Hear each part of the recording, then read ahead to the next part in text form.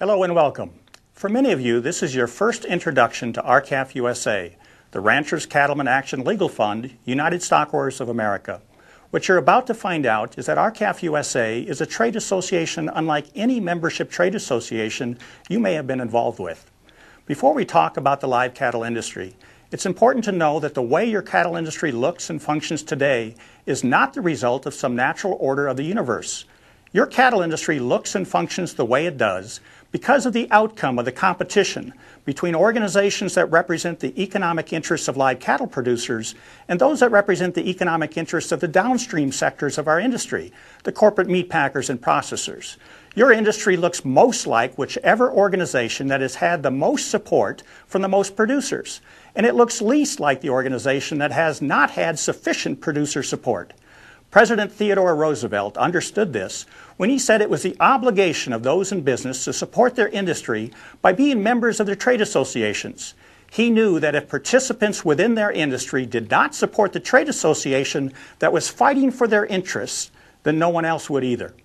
R-CALF USA is a national membership-based association that exclusively represents and defends the economic interests and private property rights of U.S. farmers and ranchers who raise and sell cattle and who are the rightful caretakers of our nation's land, air, and water.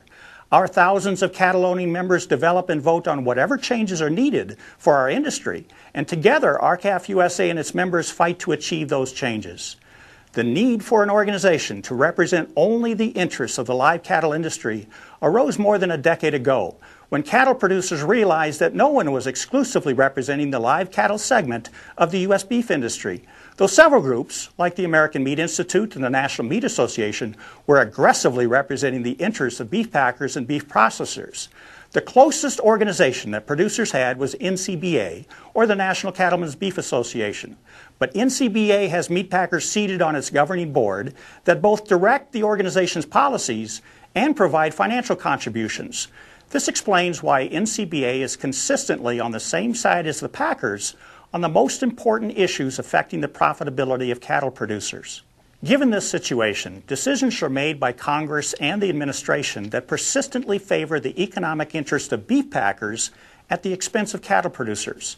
We'll talk more about these decisions shortly, but they include the relaxation of our border restrictions, failure to enforce trade laws, antitrust laws, and the Packers and Stockyards Act, prohibiting state-inspected meat plants from competing in interstate commerce, and prohibiting U.S. producers from using their own checkoff funds to promote their own USA beef. We must reverse these harmful policies in order to halt the ongoing contraction of our U.S. cattle industry. The economic and political model put in motion by the meat packers, NCBA, and the Washington decision makers is leading the cattle industry down the same path previously followed by the U.S. hog industry, a path that leads towards more and more control of cattle production by the corporate meat packers.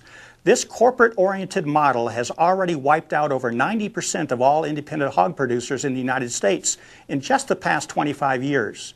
Their numbers fell from 667,000 hog producers in 1980 to fewer than 66,000 in the entire United States today. Earlier I said R-CALF USA was unlike any of the other membership organizations you may be familiar with. As will soon be evident to you, R-CALF USA has a history of leading, not following, and it is fighting harder and more aggressively than any other organization on behalf of independent cattle producers. We fight to preserve the economic independence of U.S. cattle producers, and we hope you will join with us.